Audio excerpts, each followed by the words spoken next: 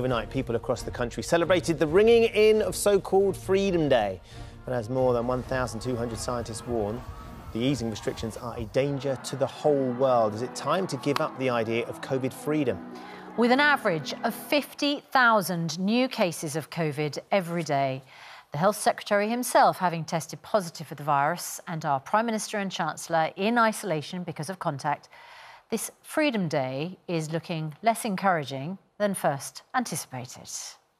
Joining us to discuss this, Professor Angus Douglas is joining us, of course, who says if we don't lift the restrictions now, we never will. Professor Trish Greenhalgh, who thinks we are putting the world at risk by easing those restrictions, and Judge Jules, DJ and lawyer, who joins us this morning. Morning, Jules, who thinks it's time that we learn to live with COVID. Good to see you all this morning. Let's start with you, Jules, because, of course, it was your stock in trade. You are a DJ. I imagine you saw those pictures overnight of the nightclubs ringing in Freedom Day, and part of your heart would have soared. People back in that environment, enjoying their opportunity to be young and free, and music as it was all those months ago.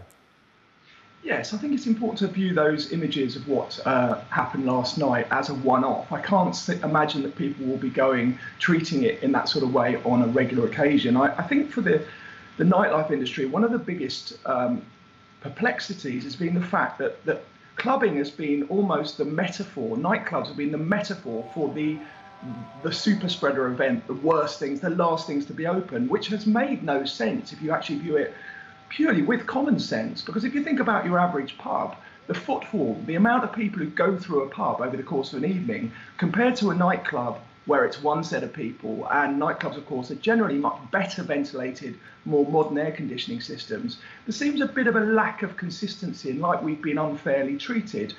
Parking, for one moment, the broader issue of whether there should or shouldn't be Freedom Day. Yes, I mean, Tricia Greenhalgh, Ruth Davidson described those scenes of nightclubs as like a COVID soup. Jules says that actually, you know, I mean, firstly, you've got the fact that hopefully ventilation might help. Secondly, you've got younger people going to them and they're less likely to suffer the effects of COVID. Of course, the problem is they're also less likely to be vaccinated as well. You are a great advocate of continuing mask wearing. Are there other restrictions, like keeping nightclubs closed, that you would want to see?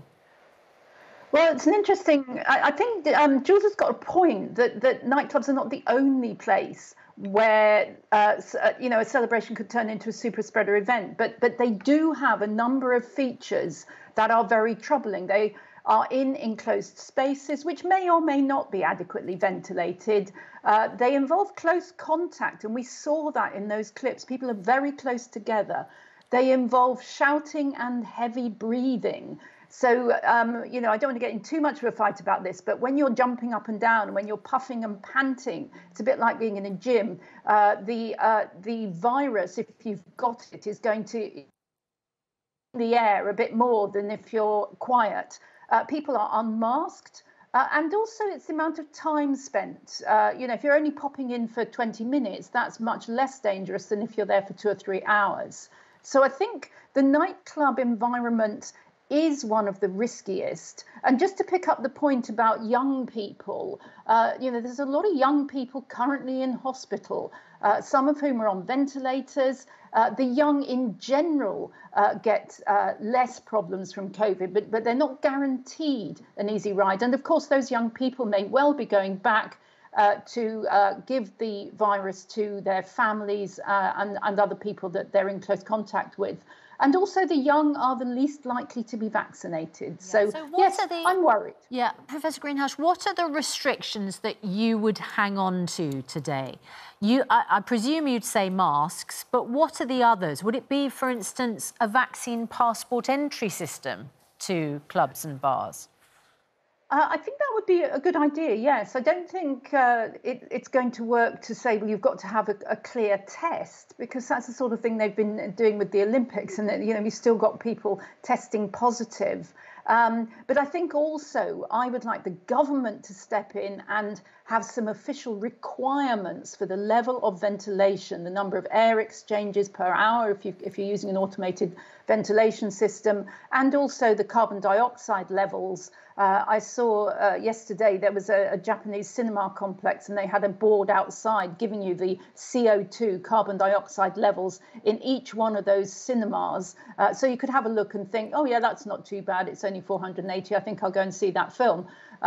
We don't know what the CO2 levels are unless we take our own meter. And I think there should be some guidance and some rules about that. OK.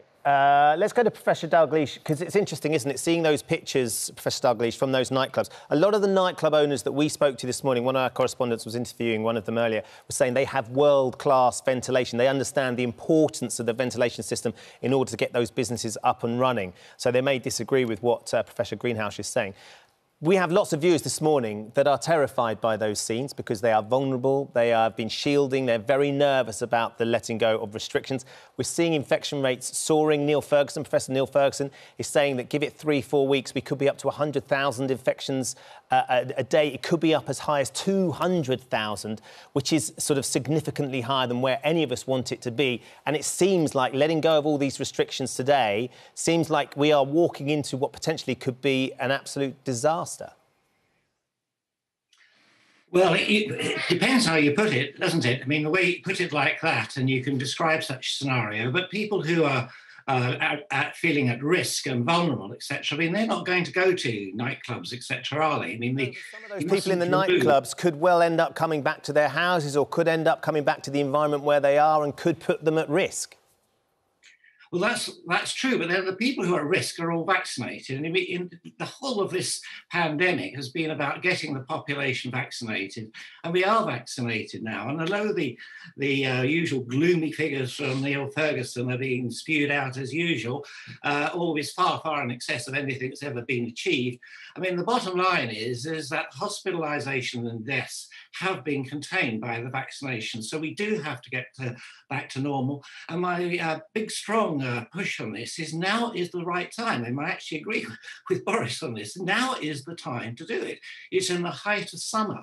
I mean, it's when would you want to do it? In Christmas or winter or something? No, now's the time to do it. When people are outside, they're more healthy, they're going to be in the sun, their vitamin D is going to be stronger, even if they don't take it as a supplement, etc. They're going to be healthier, they're going to be able to brush off serious infection much better. We know that from all acute respiratory diseases anyhow, that's the case. So I do think now's the right time, and now's not the time to backtrack. But it is obvious that people who are more at risk are going to have to be more cautious about it. And Professor Douglas, because you're a professor of oncology, a cancer specialist, the concern is twofold, I would suggest. One is that those people who are immunocompromised, who are about to go into hospital for treatment for cancer or might be affected, they might feel very nervous about the lifting of restrictions because it increases the risk for them if other people, for instance, aren't wearing masks. And they might be very concerned that if we see a massive rise in infections, we see a correlation in hospitalisations, the NHS gets overwhelmed and then their cancer treatment is then delayed. Well, actually, au contraire, I would actually say that they should be welcoming the release of restrictions because the cancer patients have had a very raw deal because of lockdown. We've seen the NHS converted into a national COVID service, and a tremendous disparity. I mean, some hospitals have stepped up to the plate and they have split down the middle of COVID service and kept the NHS going. But I'm horrified at the number of hospitals have kind of just given up treating everybody else. So we are now going to reap a whirlwind of people who have not had their cancers diagnosed and treated early, cardiac procedures done, etc., and attention to mental health. This is just built up into going to be an enormous, overwhelming tsunami of ill health hitting the NHS. And how crazy is it to have a test and trace system where basically you've got half the healthcare workers being isolated when they've been vaccinated, and all you have to do is test them. I mean, we've got testing facilities everywhere now. Yeah. So, I mean, I think that what we've seen today with Boris, I agree, this is all politics, but I mean, to me, it's crazy to isolate. If you've been double vaccinated, if you've had COVID, you should just be tested to see if you're infectious. Jules, we know you've been double jabbed. I wonder whether you've got your first gig lined up now. Freedom Day has come and the nightclubs are open, and how you're feeling about getting back out there on the decks. Well, I've had some socially distanced gigs actually over the course of the past few weeks. I'm clearly very much looking forward to it. Got a massively busy summer of gigs, but I think it's really important. Again, going back to that footage of revellers going crazy, it's really important to understand that actually, both as an industry and a sort of body of people going out and having a good time, people are generally quite sensible. It's very easy to pick up on some exceptions of, I don't know, people arms in the air, people being held aloft, people very, very close to one another. But actually, that's just a small picture. People will be sensible. And, you know, from my perspective, it was in the Telegraph yesterday that deaths equivalent to the second wave of COVID, deaths on this occasion with the same numbers of infections are 1/16 of what they were then. We have to learn to live with it. That's no disrespect to anybody who's lost a loved one. They have my deepest sympathies, but we have to learn to live with this thing. All right, well, we appreciate your time, all of you, this morning. Professor Douglas, Professor Greenhalgh and Judge Jules as well. Thank you. Dr. Hillary, you wanted to say a word. It's one thing I'd like to pick up on. Immunocompromised people are largely very not protected by the double vaccination. We can't rely on vaccination in those people. They do have a level of protection. It was very small, much smaller than we originally thought. So people with immunocompromised conditions, primary